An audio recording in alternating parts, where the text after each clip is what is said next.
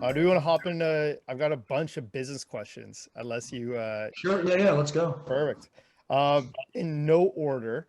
So here are a bunch of questions, early feedback about how the other channels are performing. Don't really have any feedback yet. When you launch, first of all, the Marathi channel is a bark rated channel. The animation channel is not, because we're not initially launching on bark rated services. We're launching directly to connected TVs and OTT platforms at the outset. And that's a different, you get that data from each television manufacturer, if you can believe that. It doesn't come in a holistic manner. So we don't. What we do have is we have a lot of buzz on both in the marketplace. We're super confident about what's going to happen. Probably won't really have any kind of initial feedback on those until the end of Q1. It takes about 6 to 8 weeks before you kind of go into the flow of ratings and data that you receive. What we do know is that the Marathi channel category is a hot and growing space in India. Vernacular channels is a hot and growing space in India, and connected TVs and smart TVs is a hot and growing space in India. And so we're an early entrant into all these areas. So we're bullish on how they're going to perform. The other thing is that well, can I say this or not? Actually, I'm not going to say anything about advertisers, but just let's assume that we're talking to advertisers on the Hindi channel to move those over to our other channels as well. Cool. Yeah, no, I think that's great. I know there's a question about advertisers a little later, but you mentioned ratings. Someone just asked like, "Hey, it's been a while since we've seen any, bark ratings from Kurt. Curious if you can talk about how the, main channel's doing." Yeah, we haven't. What we did a while back is when we were announcing ratings, those were always based on an all-time high. We made a decision, this goes back almost a year now, not to announce weekly ratings. I mean, that would be tedious. And they fluctuate and go up and down. The fact of the matter is that we've settled into the mid 30s in terms of our rating. Our average gross rating point over the 6 months from June to December of last year is about 36. Now, some people might say 36, but we were at 40 before. Yes, we were, but the entire Hindi general entertainment sector went down about 10 or 20% from the spring highs. Why was that? It's because people were locked in their houses with COVID.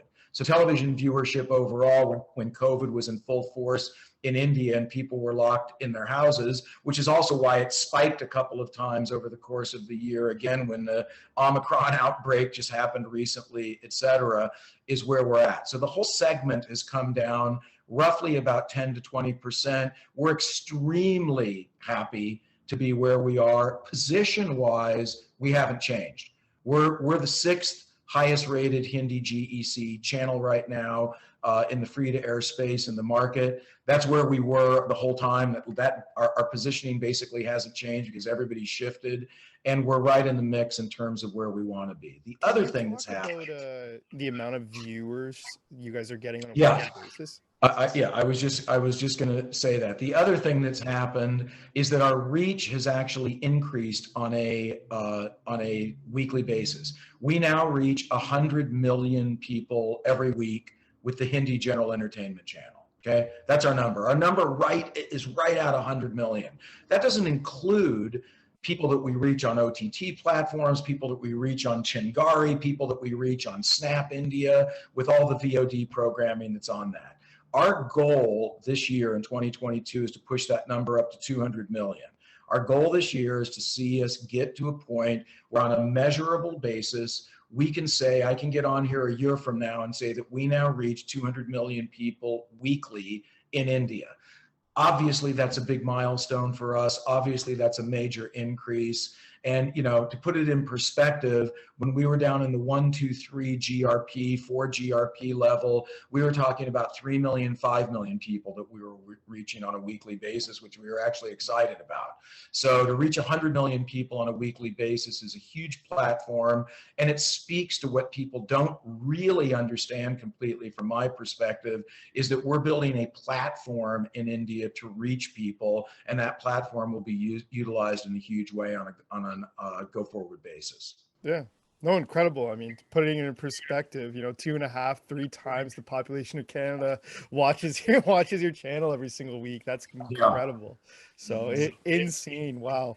Congratulations there. But yeah, awesome. I guess kind of moving on. Pretty interesting question. Any high level hires on the horizon? And for what roles? Not really. I mean, we're kind of capped out right now in terms of where we're at in all three business units, meaning the Q India Channels Group, the Chatterbox influencer marketing business in India, and in the Q USA business, where we've added some headcount in the last 60 days. We think we've got a super strong team right now in place to reach the goals that we want to reach for the most part in 2022 on the core businesses. We could have some additional hires with some of the new initiatives that we haven't announced yet in 2022, but we'll talk about those more as we roll those out. Yeah, cool. No, awesome. And a bunch of questions on those other businesses. So here I got before we hop into those, got a question just before, plans to become cash flow positive. Yeah, this is another ongoing discussion that happens. We're on a very steep trajectory in a high growth business right now. If we were a private company, and I've said this before, we'd have a different strategy for the most part. We were just trying to sweep money off the table for ourselves as a private enterprise and not as concerned about the growth metrics of where we want to be 5 or 10 years from now as we are today. It costs money to launch these channels. These channels are not free to roll out. It costs money to drive new initiatives inside the company. We think we should be following a growth trajectory level at both the management and board level. We've got to take advantage of where we are. Well, what does that mean? That means we've got to invest in the business. As I said, we don't raise capital to put it into a savings account or buy Bitcoin. We raise, capital to be able to drive the growth of our business. And that's what our strategy is right now. Well, that takes investment. That takes pushing forward new products. Again, I'll say it again. There are things that we're working on that are, I guess I'll call it even more blue sky, if you will, than the things that we're doing today in the Chatterbox business and in the influencer marketing and channels business than what people are aware of. And so we're going to continue to invest in the business. That puts us in a position where we're probably not going to be cash flow positive on an operating basis this year. But if we wanted to be, if we weren't investing into the business, if we just wanted to make sure that all those three business units were cash flow positive, we could do that certainly in the second half of 2022. But that's not the plan. Got it. I think that's a great answer. Well, here, diving into the other side. So got a good question. How does the Q plan to expand the U.S. business? What's the U.S. business currently seeing with COVID, relaxing? Yeah, the biggest thing I'd say about the US business is that it's growing super rapidly, and that I probably have got a lunch with the whole team here later today. We've been having some sort of mini offsites here this week. Everybody on the planet knows about the power of TikTok right now. We got involved in TikTok before it was TikTok, when it was called Musical.ly, and did one of the biggest campaigns on Musical.ly back, and I think it was now 2017. We are bona fide TikTok experts in terms of marketing campaigns and our expertise there. And we keep hitting home runs with every campaign that we're running. It reminds me a lot of back some of those gold records or whatever that you see back there. Reminds me of MTV years when we were the kings of heavy metal and doing every, Bon Jovi and Def Leppard and Motley Crue video, and MTV was taking off at the same time. We're in a very similar position right now in the US, where TikTok is becoming the marketing platform of choice if you're trying to reach young audiences. There's a huge Super Bowl push on TikTok right now that's happening, and we're experts in that regard. So we have a lot of confidence that we're going to grow the QUSA business in ways that haven't been possible before, and we've added headcount to support that as well. So we've got more people running the QUSA business than we've ever had, more salespeople, more account management people, more execution-oriented people. I think we're up to about 20 now in the US office. And we think the revenues of the QYOU USA business are going to expand accordingly this year. So I'm more excited about the USA business than I've ever been. It's tough for us to announce things around that on the public markets, because a lot of the brands that we work with and the people that we do stuff for don't want to be sort of called out, if you will, publicly for what they're doing in TikTok. But people, investors can assume that business has a lot of potential right now. If you follow the growth of TikTok, you can follow the growth of what's happening for us here in the US. Love it. No, that's fantastic. Here, kind of the, moving on Chatterbox stuff, got a question. Any feedback on the Chatterbox synergies to date? We'll be announcing some results from Q4 here in the not too distant future. We are changing our fiscal year to calendar year, which I'm extremely relieved about, but it's a big pain in the butt, and it changes our reporting timing. So we're actually going to we'll come out with a press release that will outline this for investors. As a result of that, we won't have official results that we'll be posting in the normal time frame for Q4, so we'll be getting those out into the market here shortly. The normal time would have been the end of February, so you can just assume that we'll probably have something here between now and the end of February.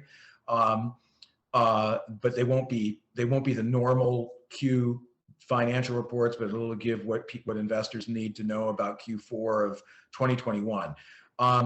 Point is that Chatterbox did extremely well. Chatterbox continues to do extremely well. Our box advertising integration is starting to really gain some traction in tier 2, tier 3 and rural areas. We just had a 2-day offsite with the entire India management team, including the Chatterbox team.